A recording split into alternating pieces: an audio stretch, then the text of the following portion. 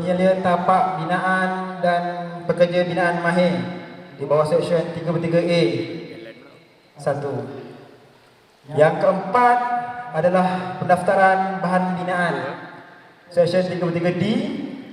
Kelima, pemakluman projek Seksyen 34. Dan terakhir adalah kewajipan kontraktor Seksyen 34B. Ini 6 ni lah yang kami membuat pemeriksaan di tapak bina berdasarkan 6 seksyen-seksyen ni. Bila kami masuk tapak bina, kami akan pergi jumpa PIC di tapak, sama ada project manager, supervisor, dan kami akan minta UPS senarai kontraktor ataupun senarai kontraktor lah sebenarnya. Sebab apa? Kita nak tengok first, kita nak tengok sama ada kontraktor yang dilantik berdaftar tak dengan CIDB bawah Seksyen 25. Yang kedua, kami nak semak projek yang diterima oleh kontraktor ni diisytiharkan tak di bawah Seksyen 34, pemakluman projek. Itu kita akan dapat daripada letter of award yang disimpan oleh kontraktor utama.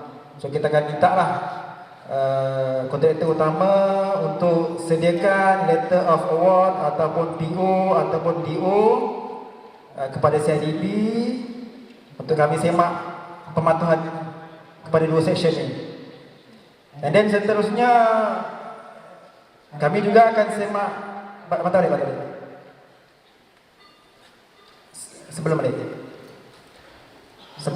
seterusnya kami juga akan semak berkenaan dengan pendaftaran pesanan binaan. Jadi selalunya kami akan kumpul pekerja untuk semak sama ada pekerja-pekerja ataupun pesanan binaan yang bekerja di tapak bina tersebut berdaftar tak dengan DB.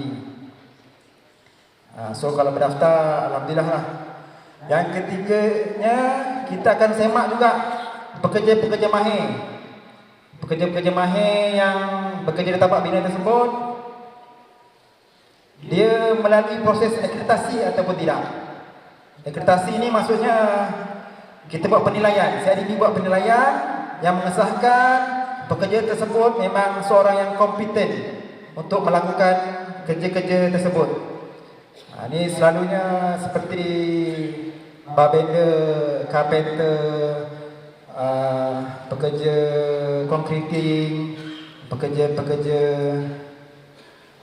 tiling yang memang dia punya kerja memang buat tu je, dia bukan general worker. So pekerja-pekerja ni perlu dinilai oleh CIDB. So perlu dinilai oleh CIDB. And then selain itu juga bahan binaan yang berada di tapak bina seperti besi, sanitary ware, konkrit, RMC, apa lagi, bumbung, semua akan disemak sama ada telah berdaftar tak dengan CIDB. So bahan-bahan tersebut perlulah mendapat perakuan pematuhan standard ataupun short form dia PPS. Dia sijil dia lebih kurang macam PPK pendaftaran. So kita akan selalunya supplier akan memohon dengan CIDB untuk mendaftarkan bahan tersebut untuk digunakan di Malaysia. Kalau diimport dari negara luar, dia kena lalu port ataupun lalu custom. Custom akan rujuk dengan CIDB sama ada importer ni ada COA tak, dah dapat kebenaran pun untuk dibawa masuk. So kalau dah dapat kebenaran, baru custom akan benarkan. So kalau yang lokal ni, dia kena supplier kena merujuk dengan CIDB lah. Itu di bawah Seksyen 33D. And then yang terakhir adalah kewajipan kontraktor Seksyen 34B. Ini kebanyakannya lebih kepada aduan-aduan ataupun kes-kes kemalangan. Kita akan semak di bawah Seksyen 34B.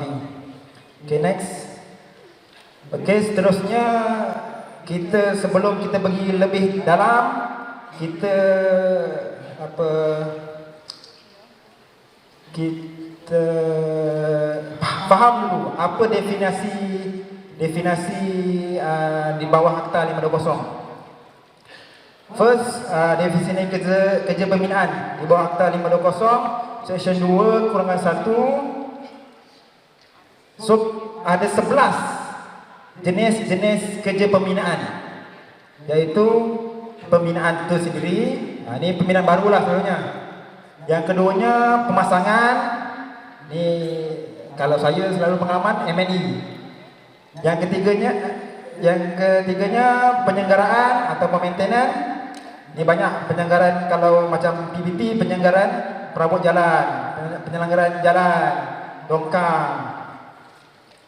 Keempat, pemindahan, removal, pengubahan, alteration, penyambungan, extension, sambung kedai, mungkin daripada satu tingkat ke sambung atas atau sambung ke tepi bangunan tersebut, extension.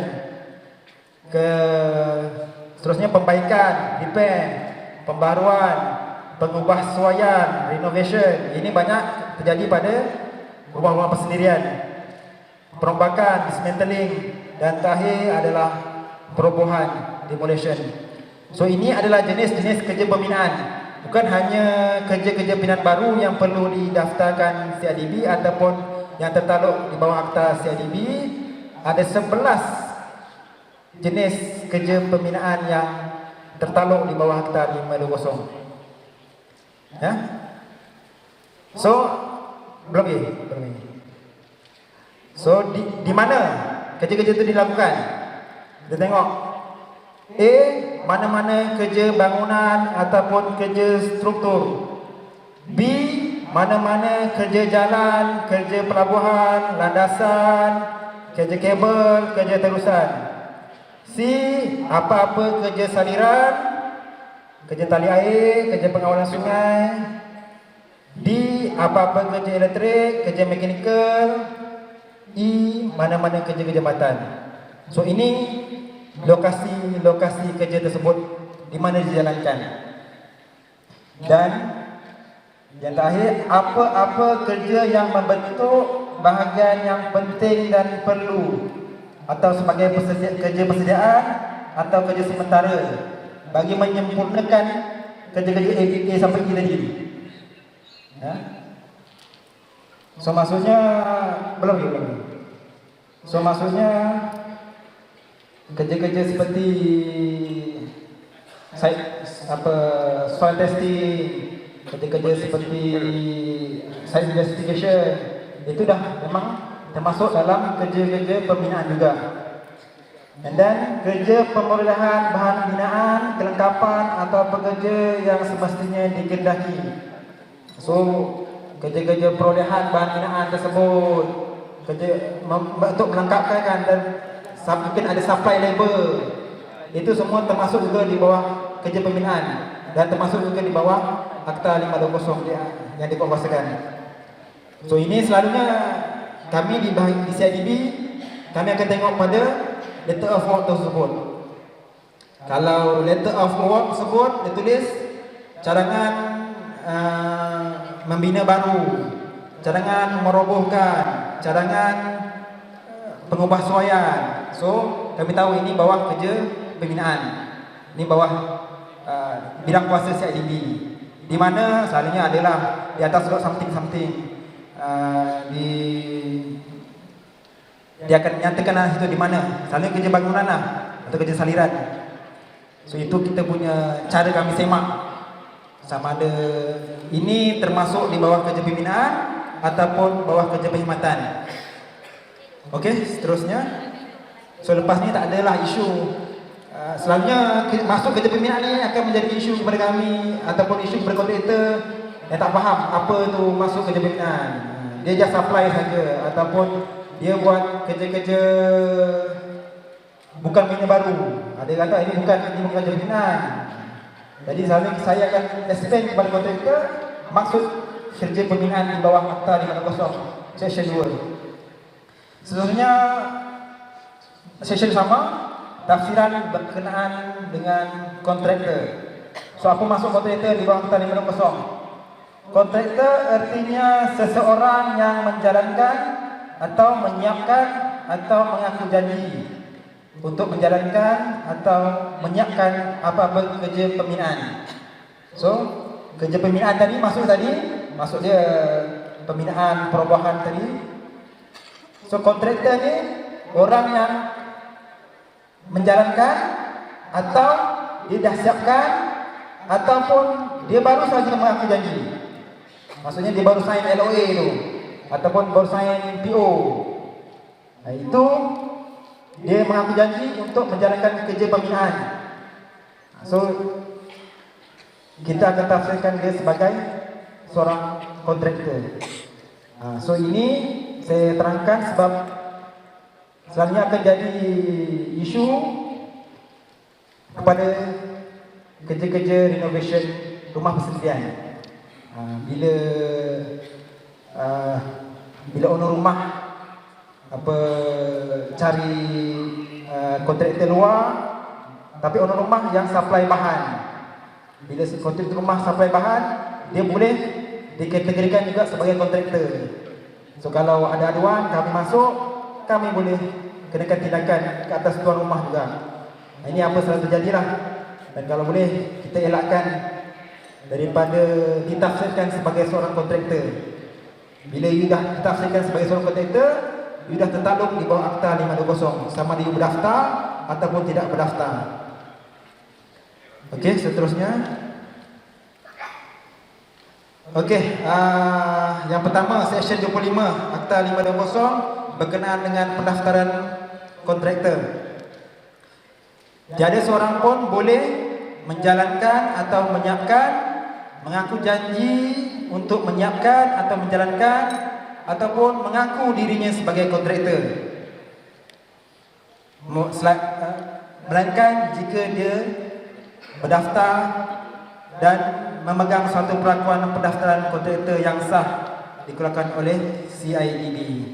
So maksudnya kalau kita masuk tapak, jumpa satu kontraktor yang isytihar diri dia sebagai kontraktor dan kita semak dalam sistem kami dia tidak berdaftar dalam sistem ataupun dah tamat tempoh.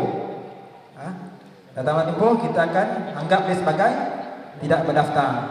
So dah jadi kesalahan lah. Dah jadi kesalahan. Nanti saya akan di hujung nanti saya akan beritahu apa hukuman-hukuman ke atas kesalahan-kesalahan yang telah dilakukan. Okey, ini pendaftaran kontraktor. So maksudnya tak kira lah Menkon, Subkon, NSC, Subkon, semua kena daftar. Sublabel semua kena daftar. Okey, seterusnya. Okey, ini contoh, saya tunjukkan contoh apabila setelah tuan-tuan berdaftar dengan CIDB dalam sistem SIMS, sistem dah lulus, tuan dah bayar yuran pendaftaran, yuran proses, so akan dapat satu perakuan pendaftaran, sijil dia. Kita sekarang gunakan sijil secara maya. So nak menentukan kesahannya, kita ada QR code lah. QR code tu boleh di-scan dan boleh tersusahkan sama ada sijil ni betul atau ori atau tidak. So dekat perakuan pendaftaran ni ada nyatakan dia punya siapa kontraktor dia, grade apa, kod bidang dia, kategori dia, bila dia start mula berkuasa dan bila dia tamat tempoh perakuan. And then status dia, status baru, dormant ataupun aktif, ada 3 tu je. So tarikh tu kami di bahagian penguasaan kami akan tengok betul-betul. Kalau semasa kami masuk tapak tu, tarikh tu dah expired, kami akan kenakan tindakan tidak berdaftar. So boleh dikenakan denda di bawah Akta 520. Sebab dalam syarat-syarat pendaftaran memang tuan-tuan telah dinyatakan perlu berdaftar ataupun perlu renew pendaftaran tuan-tuan 3 bulan sebelum tamat tempoh. Sebelum tamat tempoh 3 bulan tu selalunya sistem akan buka untuk renew. Dia dah boleh renew dah. Tapi kami punya sistem SIMS selalunya ambil masa tak lama. Dalam tempoh seminggu dah boleh lulus dah. Seminggu dah boleh lulus dan boleh buat pembayaran yuran pendaftaran. Tak perlu sampai 3 bulan. Kalau sebelum guna sistem memang ambil masa yang lama lah. Perlu disemak oleh orang. Yang sekarang lebih mudah lah. Okay, next.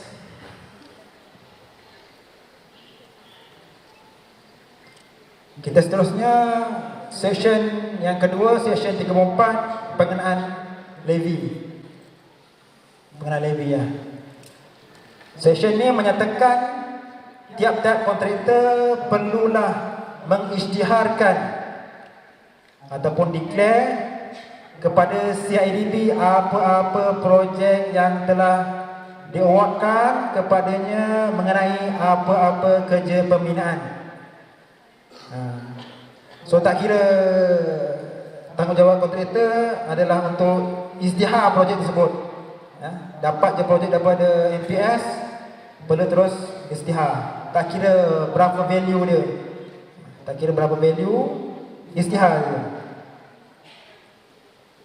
Ya. Bagi tiap-tiap yang session kedua,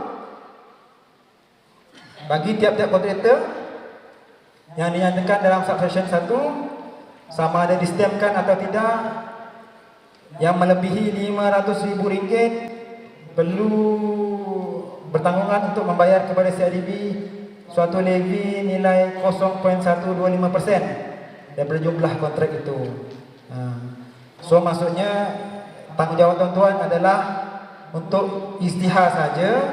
Nanti sistem akan tentukan sama ada tuan-tuan ni perlu bayar levy ataupun tidak.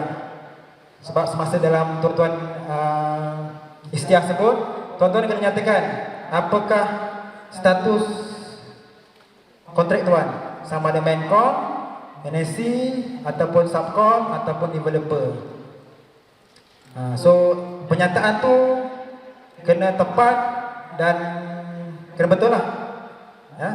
Apabila tuan-tuan nyatakan tuan-tuan sebagai main kontraktor, nilai kontrak tuan lebih RM500,000, tuan-tuan akan dikenakan satu levy. Kenakan satu levy cukai lah. Tapi kalau tuan nyatakan tuan sebagai subkontraktor, walaupun kontrak tuan lebih daripada RM500,000, tuan-tuan tidak dikenakan levy. Itu kena, penyataan itu kena tepat. Dan CIDB juga ada kuasa untuk mengemaskini perakuan tuan-tuan. Kalau tuan-tuan sebut tuan sebagai subkon, tapi bila kita lihat pada dokumen tersebut menyatakan dokumen LOA, tengok LOA itu di award oleh klien. So kita akan tukar daripada subkon kepada maincon ataupun NSC. So levy ini dikenakan kepada dua jenis kontraktor. Yang pertamanya kontraktor utama dan keduanya adalah NSC, nominated subcontractor. So selalunya nominated subcontractor ni seperti kerja-kerja M&E, arkitek, kerja-kerja landscaping. Ini selalunya akan dilantik oleh klien utama. Dia bukannya dilantik oleh kontraktor utama. Kontraktor utama hanya melantik subkontraktor.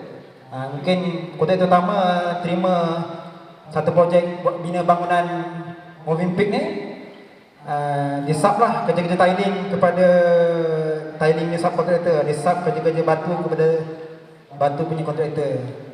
So kerja tiling dan kerja batu ni tak perlu bayar levy, tapi perlu declare projek. Sebab apa? Sebab kontraktor utama telah bayar levy tersebut. yang kerja-kerja macam interior design ni, ini mungkin bukan di bawah, di part di bawah kontraktor utama, perlu diisytiharkan, mesti isytihar. Yang kedua, akan dikenakan levy. Sebab bukan selainnya lah, bukan di part bawah kontraktor utama. Dia akan ikut kehendak klien. Okey, seterusnya yang ketiga, section 33 dan 33A, iaitu berkenaan dengan personal binaan, pendaftaran personal binaan dan juga akreditasi penyerta tapak dan pekerja binaan mahir. So, setiap pekerja binaan yang berada di tapak bina, pertamanya perlu ada kad hijau ataupun pendaftaran personal binaan. Sekarang ni dia punya kad hijau tu dah tak hijau dah. Dia macam visa atau Mastercard punya kad. So, kami di bahagian penguasaan, kami tak tengok sangat you punya kad hijau tu. Sebab sekarang dah ada sistem. Kalau dulu ialah kami kena tengok. Kalau ada sistem, kami just minta you punya nombor pasport saja. Kami akan semak. Kalau yang berdaftar, okey. Tak daftar, kita akan kena tindakan. So, okey, personal binaan perlu berdaftar. Penyerta tapak dan pekerja binaan perlu diakreditasi dan diperlakukan oleh CIDB. So, ada dua kategori pekerja yang kita akreditasi dan kita perlakukan. Yang pertamanya penyerta tapak ataupun site supervisor. Site supervisor nanti saya punya sahabat Tuan Rizal akan lebih detail lah, ya. Ada 4 jenis site supervisor yang perlu dinilai oleh CIDB. Dan juga pekerja binaan mahir ada 100 trade, ya, di bawah jadual ketiga perlu dinilai oleh CIDB.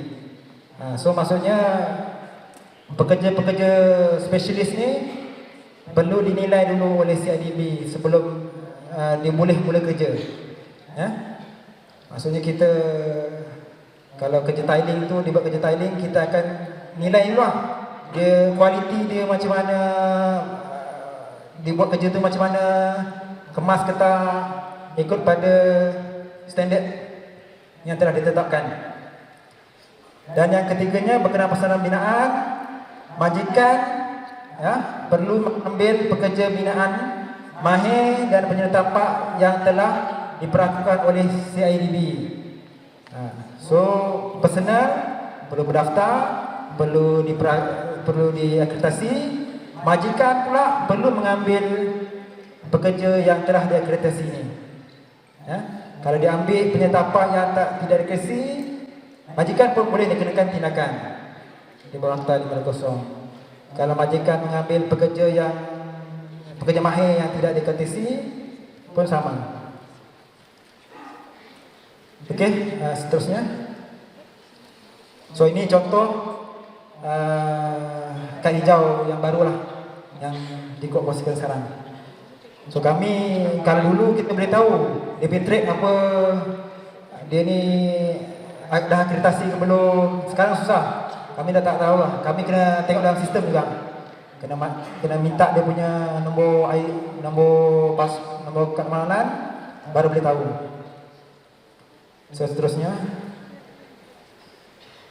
ini adalah contoh jadual ketiga Akta 520. First revision ada pada 1994, and then yang mula sekali ada 1994 dan telah direvise pada 2017 Februari. So, ini binaan pertama, pekerja binaan mahir yang perlu diakreditasi.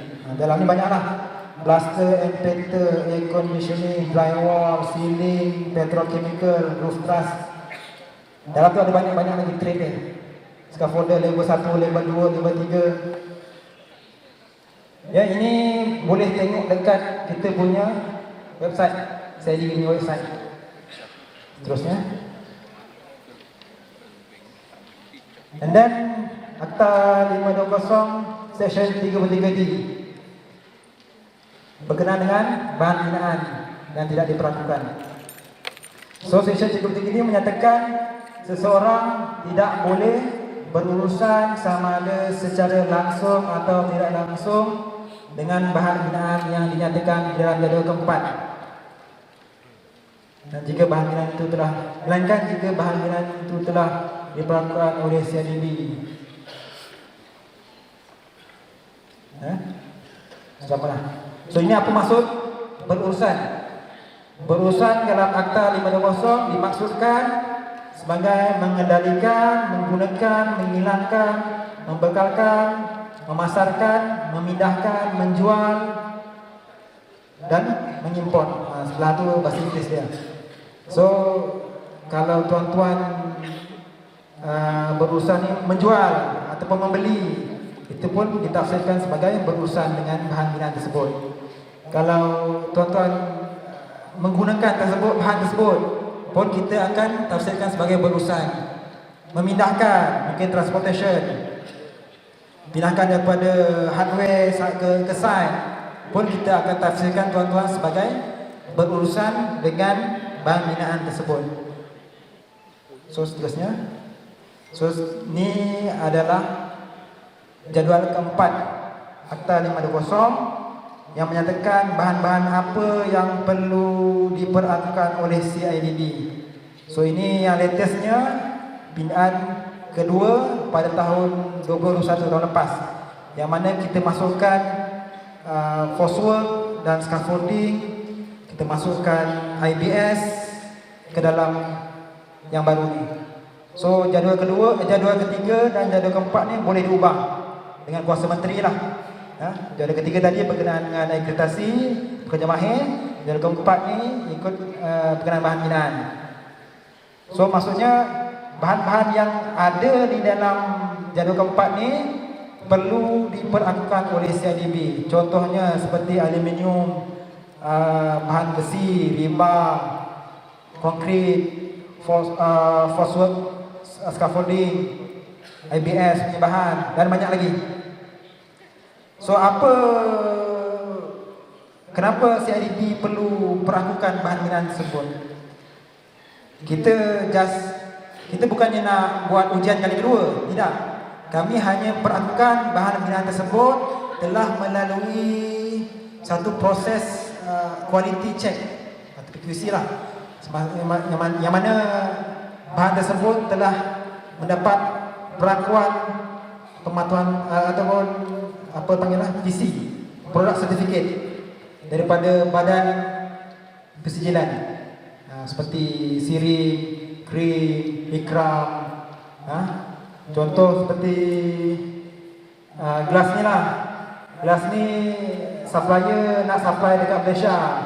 Bila nak supply dekat Malaysia, dia perlu hantar kepada SIRI contoh, check kualiti dia, sama ada tahan tak ataupun sesuai tak digunakan di environment ataupun di Malaysia lah.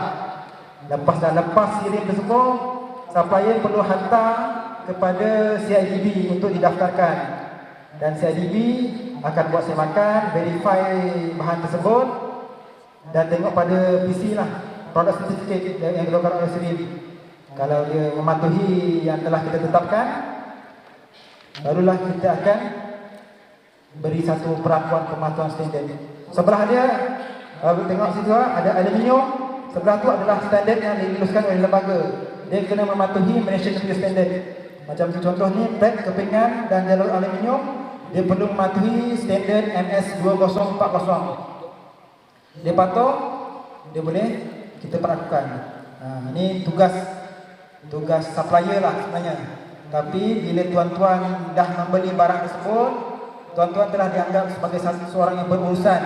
Jadi tuan-tuan perlu memohon ataupun minta dengan supplier dia punya PPS, perakuan pematuhan standard itu tersebut. Sebab apa? Bila kita masuk tapak, penguasa masuk tapak, kita akan minta mana PPS konkrit, mana PPS tiling, mana PPS besi ni. Kalau tak ada, kita akan bagi notis untuk you kemukakan PPS tersebut. Jadi kena sediakan di tapak bina supaya mudah penguasa buat semakan. Lagi lama penguasa dekat tapak, lagi banyak nanti kesalahan timbul. Jangan bagi penguasa CIDB lama sangat dekat nampak. Dan seterusnya, ini contoh perangkat bawah standard PPS sama saja seperti ataupun lebih kurang dengan TPK tadi. Kita ada nyatakan nombor pendaftaran, nama penghilang dia, tarikh bila mula berkuasa, bila tamat tempoh, dan juga list of product, dan juga standard apa yang dipatuh. Dan contoh macam ni, ini adalah glass, laminated safety glass. Expired dia pada 2016 bulan 11. So dia telah mematuhi standard MS 1498 2011. Okey. Seterusnya tindakan. Tadi saya dah nyatakan ada 5 session yang penguasa CIDB buat semakan di tapak bina. So kalau ada kesalahan yang ditemukan, inilah tindakan-tindakan yang kami akan ambil tindakan. Kalau patuh, alhamdulillah lah, kami tak ada apa-apa. Kalau ada tindakan, ada ketidakpatuhan, yang pertama boleh bawa kepada tindakan tata tertib kontraktor. Keduanya, kita boleh kenakan pendakwan di mahkamah ataupun tawaran kompang ataupun arahan pembaikan, arahan berhenti kerja, dan ataupun sekatan SIMS. Ini baru, ini kita baru kuasakan sekatan sistem SIMS CIDB. So selalunya bila ada ketidakpatuhan bawah section contoh 25 tak daftar, kita akan offer dulu tawaran kompang. Tawaran kompang, kalau dia tak comply dengan kita punya tawaran kompang tersebut, tak nak bayar, so kita akan bawa kepada tindakan pendakwaan. Tindakan pendakwaan jelas lah. Dan kalau tak daftar juga, kita akan minta kontraktor tersebut berhenti kerja. Berhenti kerja sehingga dia berdaftar. Dia dah berdaftar, baru kita akan tarik balik notis pemberhentian kerja. Tapi kompang tetap kompang. Kompang tetap kompang. Tapi jika contoh dia dah tak daftar 2-3 kali dia dah daftar, barulah kita masuk ke tindakan tertib. Tindakan tertib ni hukuman dia adalah kita akan batalkan pendaftaran dia ataupun kita gantung pendaftaran dia. So akan efek dari segi pendaftaran kontraktor. Okey. Seterusnya, okey, ini nilai-nilai denda yang termaktub di dalam Akta 520 untuk setiap seksyen yang telah saya nyatakan tadi. Yang pertamanya, seksyen 25 pendaftaran kontraktor, nilai dendanya adalah minimum RM10,000 dan maksimumnya adalah RM100,000. Ya, ini yang telah termaktub dalam Akta 520. So bila tuan-tuan dah dikenakan tindakan merayu kepada pihak CIDB untuk kenakan denda yang bawah RM10,000, memang kami tidak boleh, tak boleh bantu. Even kalau bawa masuk mahkamah pun tak boleh juga. Dia minimum adalah 10K, RM10,000. Kami punya kuasa di bawah seksyen 38C, CIDB diberi kebenaran untuk mengenakan kompaun 50% daripada nilai denda. So maksudnya macam kalau tak daftar, kami kenakan denda RM50,000 terus lah. Kalau dia merayu, buat surat rayuan, hantar pengarah punya justification lah nak kenakan berapa. Tapi bawah 10 memang tak boleh. Banyak rayuan berkenaan pendaftaran kontraktor ni. Sebab yalah, kerja baru buat kerja-kerja longkang, buat renovation kecil-kecil, tapi ada aduan, kena tindakan, tak baloi, tak balik modal. Kerja mungkin baru RM5,000 tapi kena denda RM10,000. So tak boleh buat apa. And then yang keduanya, seksyen 33 pendaftaran pesanan binaan, denda maksimum RM5,000. So kalau tiada kad hijau, tak berdaftar sebagai pesanan binaan, dendanya adalah RM5,000. Kalau dibawa mahkamah, compound dia adalah RM2,500. Kalau inilah. Yang ketiga, akreditasi sama juga RM5,000, compound RM2,500 individu. Kepada majikan, kalau dia menggajikan 10 orang, kita akan kenakan cas RM5,000 setiap seorang. Kalau compound RM2,500 kali 10 lah. Itu dia punya kuasa compound, separuh daripada nilai denda. So majikan jika dia menggajikan mungkin 2 penyerta tapak and then 8 pekerja binaan mahir yang tidak berdaftar, yang tidak diperlakukan oleh CIDB, kita kiralah salah satu-satu. Buka kertas siasatan satu-satu. Seterusnya, Section 34, levy. Ya, levy kalau dia ada 3 ketidakpatuhan. Yang pertamanya tidak istihar, Section 341. Hukumannya di bawah Section 340, sorry. Didenda tidak melebihi RM50,000 kalau tak istihar. Compound yang boleh ditawarkan adalah RM25,000 kalau tidak istihar. And then tidak menzahirkan liability levy yang sebenar. Ini contohnya kalau soalnya projek-projek berfasa lah. Mungkin fasa pertama buat bahagian sini saja, fasa kedua buat bahagian sana. Tapi declare dekat CIDB hanya fasa pertama. Dia sembunyikan fasa kedua dia. Bila CIDB masuk, kita buat semakan, kita dapati ada fasa kedua dia tak declare. Selalunya ni kita akan lantik kita punya third party QS untuk buat penilaian semula. Bila buat penilaian, kita dapati memang sah dia menyembunyikan ataupun tidak menzahirkan projek tersebut, kita akan kenakan tindakan denda tidak melebihi RM50,000 ataupun compound RM25,000.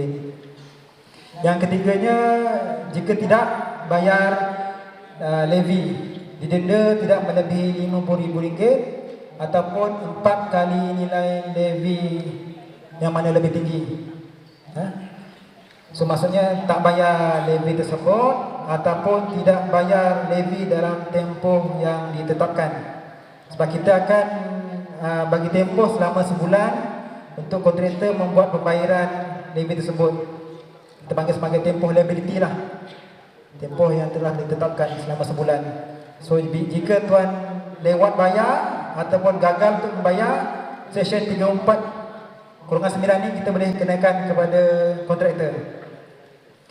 Yang mana kalau compound tu minimum adalah 25K. Kalau multiply lah, kalau lebih multiply by 2 lah, 2 kali nilai levy. Seterusnya Section 34C, pelanggaran kewajipan oleh kontraktor di bawah Section 34B. Ini berkenaan kewajipan kontraktor. Nanti saya terangkan ada 3 kewajipan kontraktor yang perlu dipatuhi. So kegagalan tuan-tuan untuk mematuhi Section 34B tersebut, kita boleh kenakan, CIDB boleh kenakan penalti tidak melebihi RM500,000 atau dan kerja pembinaan dihentikan dan atau pendaftaran kontraktor dibatalkan atau digantung. So dia akan efek pada tuan-tuan punya registration dan juga akan dikenakan penalti ataupun salah satu. So kegagalan pematuhan arahan pun boleh dikenakan RM500,000. So ini tak ada compound. Bila Section 34B ni, 34C ni, dia kenakan tindakan tertib. Maksudnya kita akan bawa satu panel proceeding lah, panel proceeding di ibu pejabat. Pengarah akan dipanggil ke ibu pejabat untuk menjawab kesalahan yang telah dilakukan. Contoh mungkin dah selalu sangat tak register projek, tak declare projek, dah 2-3 kali dah kenakan compound, tapi still bila penguasa masuk ada lagi projek yang tak declare. So kita tak akan offer compound, kita offer kepada tindakan tertib. untuk dikenakan tindakan pendaftaran, sama ada batal ataupun gantung ataupun ditarik balik dan atau dikenakan penalti. Okey, seterusnya sesi 34B berkenaan kemalangan. Kalau ada kemalangan menyebabkan kematian, kita akan bawa tindakan pendakwaan. Sesi 34B yang mana hukuman dendanya adalah RM500,000 ataupun 2 tahun penjara atau kedua-dua sekali. Ini selainnya melibatkan kemalangan lah. Kemalangan di tempat bina, roboh itu, roboh ini, ada mati. Ini kita akan bawa sesi ini. Dan sesi 34 ini kewajipan orang yang mengurus atau mengawal tempat binaan ini kalau kemalangan tersebut disebabkan oleh kegagalan project manager atau kegagalan site supervisor untuk mengawal atau mengurus tempat binaan tersebut, kita akan boleh buat tindakan kepada individu. Ini pernah kita bawa di semasa sebelum PKP dulu. Kita bawa individu sebab dia telah menyebabkan kemalangan. Dia gagal menggunakan kuasa dia lah, kuasa yang telah diberikan oleh majikan untuk mengawal tempat bina tersebut. Dan seterusnya sesi 30, notis pemberhentian kerja. Kalau gagal mematuhi arahan, kita boleh kenakan tindakan denda tidak melebihi RM5,000.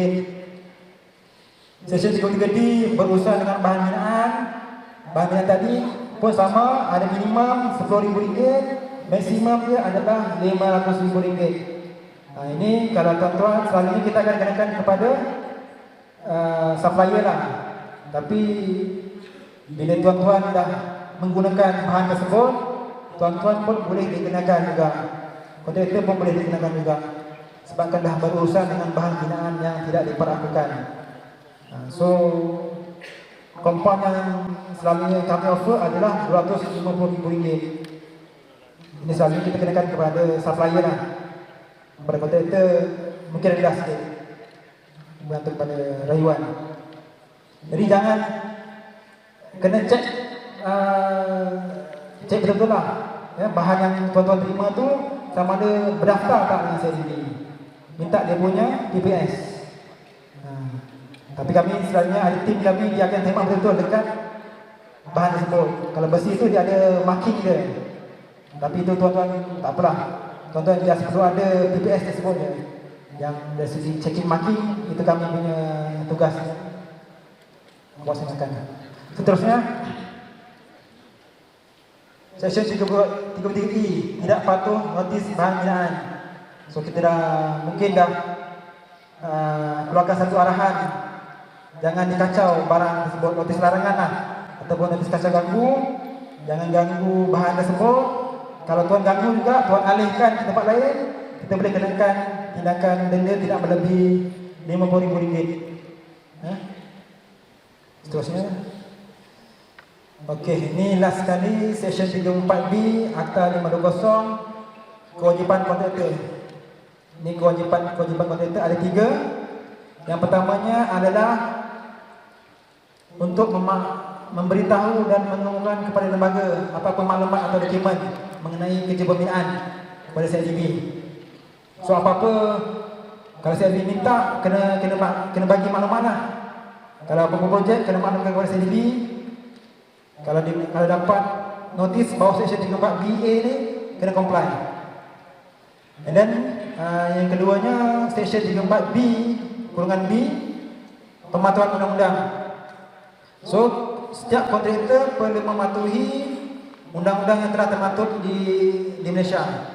Tidak termasuk hanya CIDB saja, Akta 520. Kita ada akta daripada PBT, akta daripada JIM, akta daripada DOSH, akta 514, lagi apa? Akta polis, akta bomba. So tuan-tuan bertanggungjawab untuk mematuhi akta-akta tersebut dan juga peraturan lah. Kalau peraturan ada dikeluarkan ke atas akta tersebut. So jika PBT pun contohnya ada kontraktor yang tidak mematuhi akta DOSH, akta JKKP boleh membuat aduan kepada CIDB dan CIDB boleh ambil tindakan di bawah seksyen ini. Kerana kontraktor tidak mematuhi undang-undang akta lain. Akta DOS ke akta PBT ke boleh buat aduan lah kepada CIDB berkenaan dengan ketidakpatuhan kontraktor. Yang terakhir berkenaan keselamatan, iaitu kontraktor perlulah memastikan keselamatan bangunan dan kerja pembinaan sentiasa selamat selepas ataupun semasa kerja pembinaan. Selamat ni ditafsirkan di bawah Akta 520, tak roboh dan juga tidak mencederakan. Jika tiba-tiba tengah buat kerja tu roboh, kita tahu itu bawah kerja CIDB dah. Itu bawah Akta CIDB. Kalau dia melibatkan environment punya safety, kita tahu kes tu adalah lebih kepada kes DOS, kes JKKP.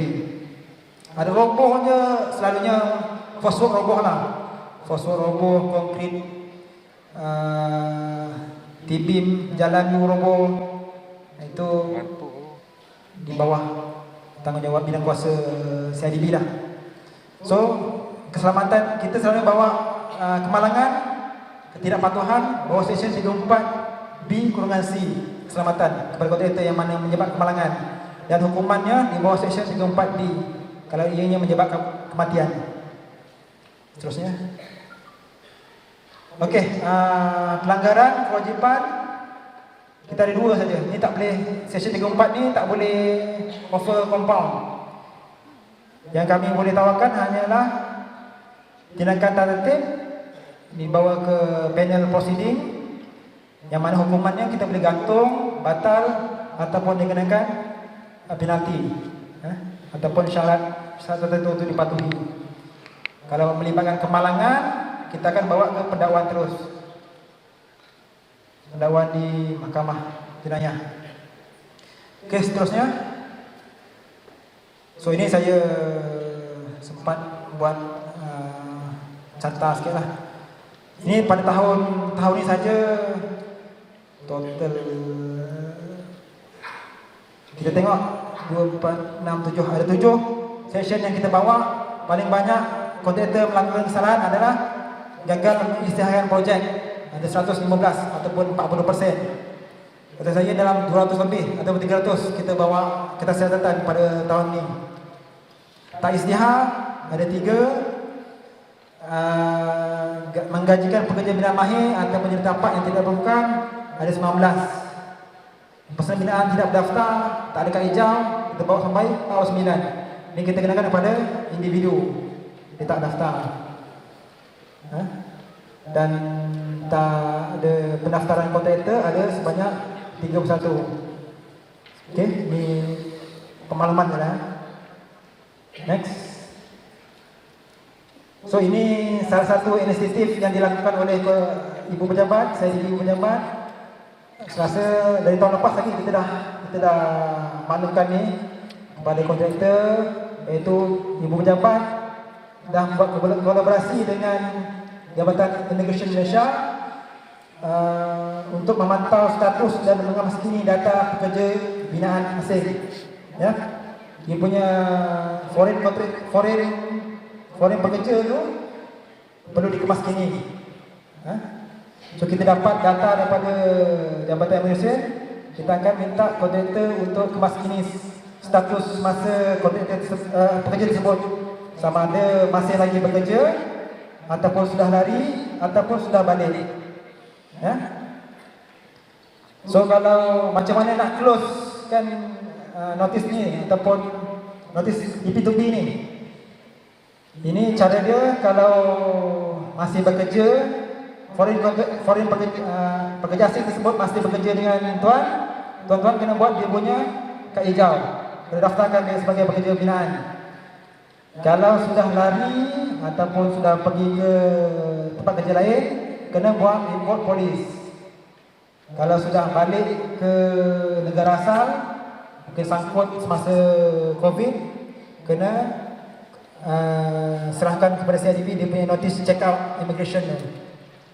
So nanti baru kita update dalam sistem dan baru kita akan release balik sekatan yang telah dikirimkan, sekatan SIM sah. Okay, seterusnya. Ini contoh notis yang telah dikeluarkan. Kita bagi notis ni melalui email saja.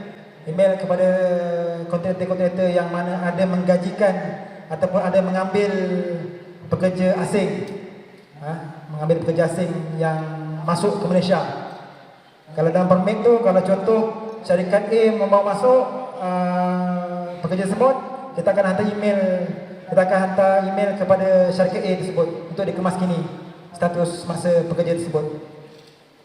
Okey, seterusnya. Ni kalau dah kena tindakan sekatan lah. Dah kena tindakan sekatan, kita maklumkan tuan-tuan kena nak buka balik sekatan, kena update sistem. Okey, seterusnya. So kesimpulan. So ada 3 kesimpulan. Pematuhan tuan-tuan ataupun perempuan ke atas peruntukan Akta 520, mana-mana peraturan dan juga mana-mana akta yang di Malaysia ni ada 3 lah. Pertama, berilmu. Tuan-tuan dapat ketahui undang-undang atau peraturan berkaitan industri pembinaan yang dikuatkuasakan di tapak bina. Dan yang keduanya, tuan-tuan perlulah beramal, laksanakan ketetapan yang dikehendaki dalam undang-undang. Kalau PBT kata perlu ada signboard, pasang signboard. Kalau perlu bersihkan jalan, bersihkan jalan. Kena buat. Dan juga yang ketiganya, perlu berterusan konsisten dalam pematuhan undang-undang dan peraturan berkaitan industri pembinaan, terutamanya Akta 520. So itu saja saya punya salat saya. Ada apa-apa pertanyaan tak daripada floor? Sekarang ada pertanyaan?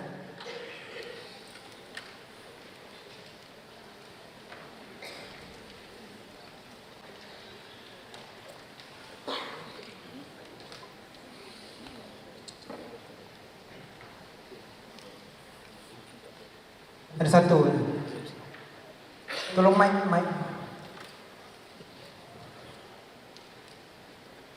Situ.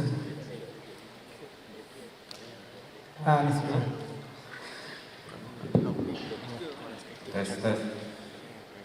Assalamualaikum dan salam sejahtera. Ya, Syah.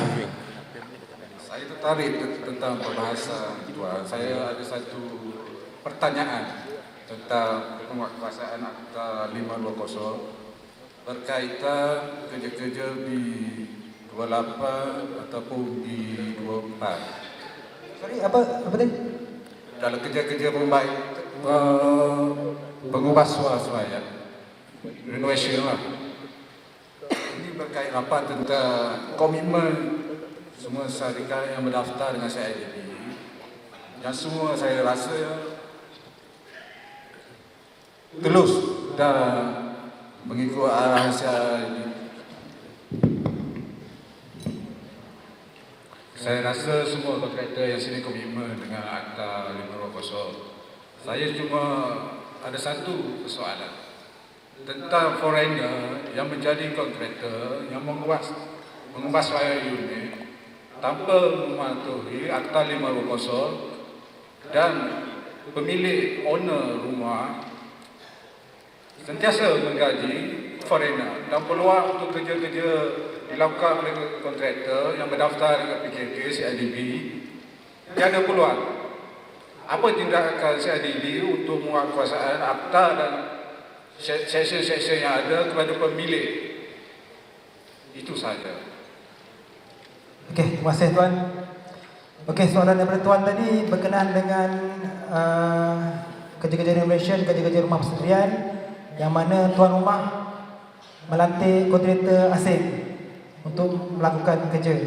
Selalunya kami terima pemakluman sama ada tuan rumah sub-labelkan kepada kontraktor, kepada pekerja-pekerja asing, dan tuan rumah supply bahan, ataupun tuan rumah terus sub semua kepada pekerja asing. So di sini ada dua, kalau kita tengok tadi pada tafsiran maksud kontraktor tadi, kita boleh kenakan sama ada kepada kontraktor, sama ada ke tuan rumah tersebut kalau dia terlibat sama dalam kontraktor dalam jaringan kita pembinaan tersebut. Kita boleh kenakan kepada tuan rumah ataupun kita boleh kenakan kepada foreign pekerja asing tadi lah. So dalam foreign ni memang kena lah, foreign memang kena. Tapi tuan rumah ni 50-50. Kalau dia supply labor ataupun dia beli barang, dia supply kepada Indon, dia pun boleh ditafsirkan sebagai seorang kontraktor.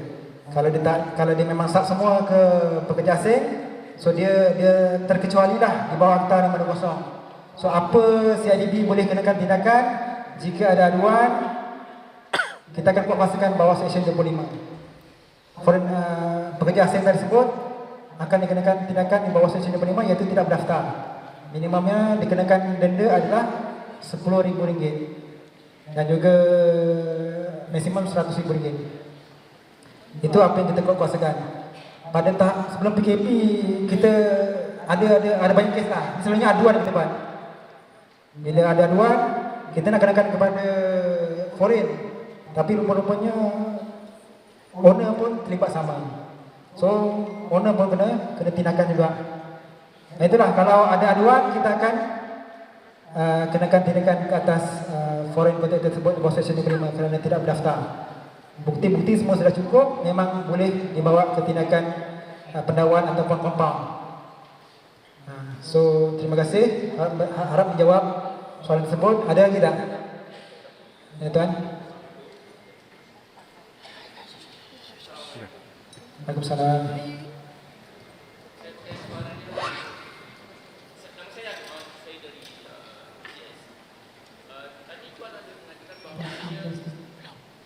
Tuan ada mengatakan bahawasanya kelulusan yang tuan selalu lihat adalah daripada SIRIP test report.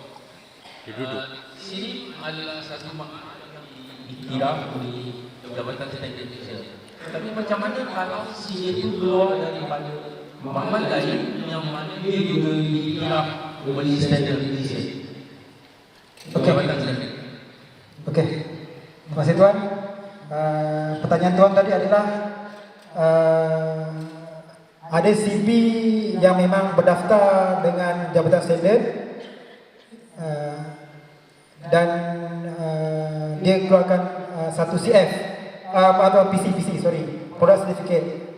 Dan kami di CIDB kami akan tengok sama ada sertifikat body tersebut, iaitu SIRIM, IKRAM ni semua ni dia berdaftar tak dengan Jabatan Standard. Satu. And then dia kena berdaftar juga dengan dengan CIDB. So SIRIM, KRIM, IKRAM semua tersebut dia perlu berdaftar dulu, ataupun kami kena maklum pula dia ni memang ada kelayakan untuk mengiktiraf produk tersebut. So maksudnya CP-CP tersebut perlu berdaftar dulu dengan CIDB ke bahagian bahan binaan ibu pejabat. So saya tak semua CD boleh keluarkan, kita boleh terima dia punya PC, product certificate. Dan tak semua CD, dia kena berdaftar dulu dengan CIDB sebagai certificate body lah yang kita boleh perakukan dia punya PC, product certificate. Hopefully jawab lah tuan. Contohnya kalau saya beli yang digunakan untuk projek kerajaan, the only test for that is tensal. Maknanya tensal tu boleh juga dikeluarkan oleh PHC, tapi makmal lain juga boleh buat tensal. Contoh macam makmal juga ada pelipat dalam aggregator Jabatan Standard pun boleh buat tensal dan diiktiraf. Jadi dalam hal ini adakah tuan hanya diiktiraf SIRIP atau makmal lain juga boleh diiktiraf? Yang pentingnya supplier tu kena ambil, dia kena hantar satu PC saja. Sama ada SIRIM ke, KRIM ke, kepada CIDB. Kita terima saja. Tapi yalah, SIRIM tersebut ataupun sertifikat body itu perlu berdaftar dengan CIDB lah. Berdaftar sebagai sertifikat body dengan CIDB, kita akan terima. Saya rasa jarang supplier lantik 2-3 CD. Selanjutnya kalau dia dah fix dengan 1 CD, dia akan hantar permohonan ke CIDB guna CD tersebut saja. Dia tak akan hantar PC Sirim, PC Krim, PC Kram kepada CIDB. Kita akan ambil satu saja. Ambil satu saja. Okey tuan. Ada lagi ke? Kalau tak ada, okey. Okey, last aku ya. Assalamualaikum. Waalaikumsalam. Saya ada 2 soalan. Okey tuan. Pertama, jika syarikat saya buat kerja contoh pengasuhan sekolah, video yang ada dekat yang kita dapat tu sebenarnya salah. Mana contoh kita pecah batu-bata, sepatutnya kena pecah batu-bata, dalam video tak ada. So jabatan cakap suruh buat juga. Apa tindakan kontraktor yang boleh kita buat? Buat aduan kat CIDB ke macam mana ke? Itu pertama. Yang kedua, tentang nak video listrik. Video listrik ni saya yang bertanya ni rasa macam ada masalah, susah. Contohnya saya ada lesen satu hidup yang pernah mati. Nak ambil exam fertility, masuk 3 kali, memang tahun 3 kan, 2 mata, 1 mata. Apakah CIDB ada jalan untuk penyelesaian? Masalah nanti susu, bukan kita boleh tunggu besok, tunggu bulan depan, tunggu bulan depan. Kan kita nak jalan. Kalau dia ada di sana, banyak bayar, tapi tak kena jalan. Kalau kita tak dapat kerja, macam mana? Itu dia. Okey, terima kasih tuan. Soalan dia ada 2 tadi. Yang pertamanya adalah berkenaan BQ yang salah lah, BQ salah. BQ ni antara pihak kontraktor dengan klien. Ya, pihak kontraktor dan klien. Saya punya pandangan kalau ada salah, cuba selesaikan secara diplomasi lah dengan klien. Itu berkenaan kontrak. Dengan CIDB kami tak boleh ambil apa tindakan. Tapi jika ada masalah berkenaan dengan pembayaran antara kontraktor dengan mungkin klien tak mau bayar, itu tuan-tuan boleh buat aduan kepada SIPA. Itu boleh buat aduan kepada SIPA. Itu berkenaan pembayaran sajalah, pembayaran kepada kontraktor. Kalau melibatkan kontrak ni, memang CIDB tak ada kuasa. Kontrak antara tuan-tuan sebagai kontraktor dengan klien. Tuan-tuan termaktub sudah dalam kuasa kontrak tersebut. Itu soalan pertama. Soalan kedua tadi berkenaan dengan renew. Renew susah. So mata CCD susah nak kumpul. Inilah saya selalu terangkan kepada kontraktor. Tuan-tuan dalam syarat pendaftaran memang kena mula berusaha lah untuk comply dengan keperluan renew. Ya, dalam tempoh 3 bulan sebelum tamat tempoh. Sebelum tamat tempoh tu kena cepat-cepat buat renew. Kalau tak cukup mata CCD, kena kumpul mata CCD cepat-cepat. Dan juga sebab renew ni sekejap je. 1 minggu you comply everything, dah boleh lulus lah. Janji you punya technical patuh, you punya kewangan patuh, you punya mata CCD patuh, you dah boleh renew dah. Tak ada masalah. Ya tuan.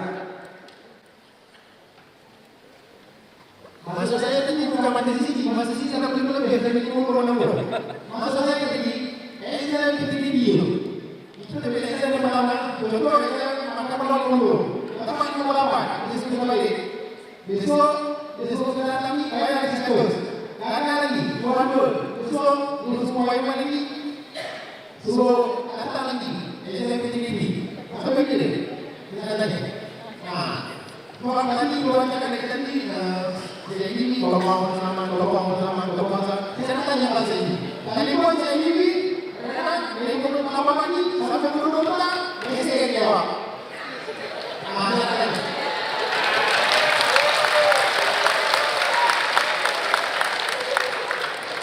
Okey, terima kasih tuan. Buat telefon tu tak ada nak cakap lah. Tapi kalau saya telefon saya penting, saya akan angkat. InsyaAllah saya akan angkat. Sebab saya personal, saya punya telefon saya sendiri. Tapi kalau saya sibuk ataupun saya meeting, memang saya tak angkat lah. Okey, berkenaan integriti, yes. Integriti ni kita kenakan hanya sekali saja kepada pengarah semasa you nak renew. Sekali saja. You nak renew, you kena ada integriti. Tapi proses integriti itu untuk dapatkan sijil integriti itu bukannya you nak 3 bulan, you nak habis tanpa tempoh you baru nak ambil. You kena bila you dah daftar, dah diiktiraf sebagai berdaftar CIDB, you dah boleh start buat pendaftaran untuk khusus integriti, untuk dapatkan sijil integriti. So selalunya kita akan bagi tempoh setahun, 2 tahun. First baru saya tak pasti, saya rasa 2 tahun. Dalam tempoh 2 tahun tu tuan boleh ambil terus sijil integriti tersebut. Sebab integriti ni ada requirement daripada Jabatan Integriti dan juga SPRM. Setiap pengarah perlu melalui kursus integriti tersebut. So kalau tak ada, memang tak boleh nak renew. Dia sekali je. Hopefully jawab. Saya rasa itu saja. Saya ada pukul 12. Saya tahu moderate panjang. Ada lagi? Macam panas lah. Tolonglah. Boleh ya? Okay. Terus dia suruh berhenti dah.